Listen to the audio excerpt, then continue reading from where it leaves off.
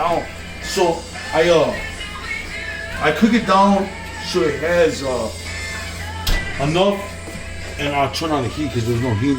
So what I do is turn on the heat enough so it breaks down the tomatoes, the garlic, the chile, the onions, and it's still a rusty salsa.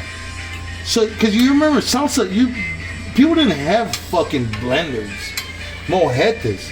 It was just rusty and just. And then what are these two right here? And then you got your frijoles negros. No, your frijoles charros. Charros. Frijoles. This is Chico's frijoles charros right here, brother. This right here is charro your ass off, baby. It's fucking jalapeno bacon. It got chicharron, jalapenos, onions, garlic. Forget about it. It's a little cilantro, a little fucking Modelo in there. No, hombre, brother. Forget about it. And this right here is called perfection. This is a little Spanish rice. And not too many people know what Spanish rice is and can cook a good fucking Spanish rice.